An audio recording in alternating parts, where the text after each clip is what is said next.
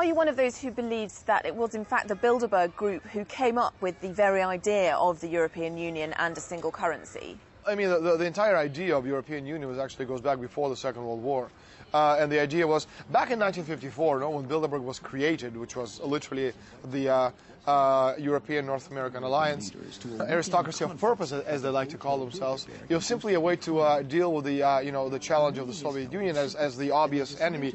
In other words, they will not have the control of the world economy until both China and Russia are subjugated one way or another. Needless to say, these two nations, these two great nations, do not form part of Bilderberg, because Bilderberg is your old NATO alliance. And they're certainly doing their utmost, to destroy economically, militarily, spiritually, intellectually, both Russia and China.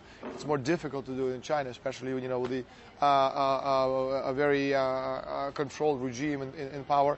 It's much easier to do it in Russia, although, they certainly haven't been successful lately. Do you think the Bilderbergers accept that we might be witnessing the demise of the euro? Well, they certainly are not willing to accept it. And again, as I said, there are huge political will and huge political forces working within Europe to make sure that euro stays strong.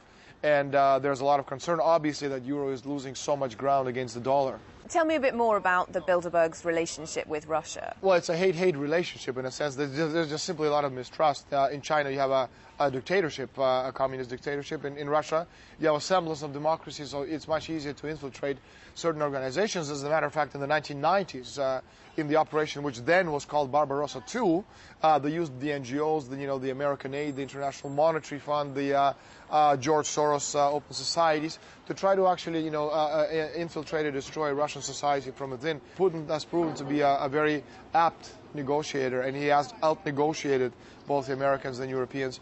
But again, what we're seeing right now, especially in geopolitical terms, is they're still at it. This new operation called Barbarossa III. The United States government is building 13 secret bases in Afghanistan as a forward push towards the eventual war against Russia, because that war is simply unavoidable. We're in the end game. The world financial system, is self-destructing as we're seeing it right now. So there's simply not enough time to reach any kind of, diplomatic solution, or to try to cajole the Russians into joining, becoming part of One World Company Limited, because both Russians and Chinese, simply very different people physically, as far as the Chinese are concerned, and mentally, intellectually, culturally, and historically than anything, related to Europe or the United States. These are huge claims that you're making, 13 secret bases, bigger than the world's ever known, in Afghanistan.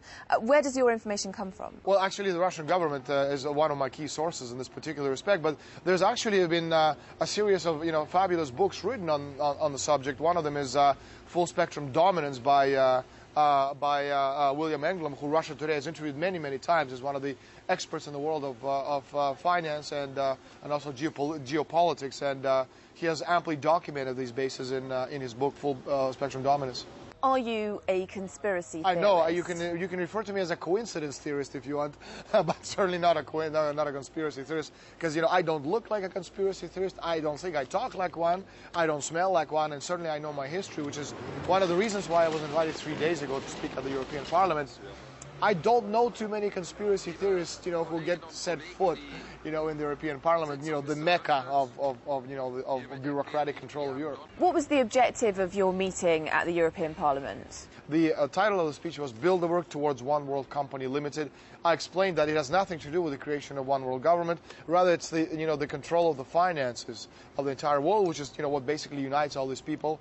And I explained that, immortality has to do with survival of the human species, and how all of these elements form a very important part, of what Bilderberg and their cohorts, because in the end, again, Bilderberg can't be that important because everybody knows about them now and everybody talks about them. But I'm talking about just, the control of, be it shadow masters or people who control the world economics and finance, what their final objectives are. And these objectives, pass through destroying nation-state republics and creating not one world government, but rather one world company limited, literally continents or groups of nations behind financial control, which is much more powerful than political control, as we're seeing, for example, in the case of Greece and soon to come other nations such as Spain. Isn't it useful to have these kinds of powerful people meeting in private, away from the glare of the media? It's very useful to have a group of people actually meet privately behind closed doors. A lot of political situations cannot be resolved any other way. However, when you understand, again, historically what these people are trying to do, when you understand, exactly where they're coming from and where they're going as far as the One World Company Limited, you ask yourself, do I want to be part not only of this particular way of understanding the world, because again it's a very small group of people controlling the interests of the rest of humanity, but again it's simply understanding that what they're doing, not that it's right or wrong, because there is no right or wrong in politics, it goes against the interests of 6.7 billion people on the planet. How does the mechanism work? How quickly will what's decided at the Bilderberg meeting this year filter down and become part of the fabric of mainstream society as the European Union and the single currency has? Well, it takes a little bit of time. I know in the press it's a question of minutes or at most days. But I'll give you an example. Back in 1992, when Bilderbergers met in Evian in France, they discussed for the first time the idea of one world army, under the control of the United Nations. Well, it took them 14 years to implement this and actually bring it out to the mainstream press. In 1992, they discussed it for the first time. In 1993, in Davos, it was brought out again as a subject, to be considered. And then again in 2006, when people were ready, to accept the idea of the United Nations Army, one army under the auspices of the United Nations, it became again the front page news. There's no conspiracy here. It makes a lot of sense. You're centralizing a lot of these institutions, but again, you have to understand what they're doing. All these steps are going towards destroying the most important creation over the past 507 years since Louis XI in France and his first nation-state republic. They're destroying nation-state republics because before in Europe, we had countries, constitutions, flags, currencies, our monetary policies. Well, now we have nothing. We have a country which is called Spain, which is not, basically a subject to, to rules and regulations from Brussels.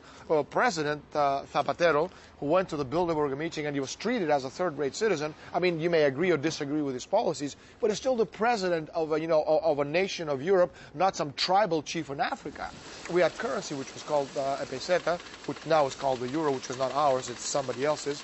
A flag is now Spanish, it's the European flag with little, golden stars, and the Constitution is obviously secondary to European constitutions, especially in times of crisis, and you know how easily crisis can be orchestrated, especially when you want to bring in or push through certain laws. So we've lost the right to be a country, and most importantly, we've lost the right to feed our citizens and control our monetary policy. And no nation state that has an obligation under natural law and general welfare, historically, that cannot feed its citizens or control its monetary policy can be called a nation-state republic. And again, be it European army, be it United Nations army, these are just passes, towards the destruction of nation-state republics and the creation of this.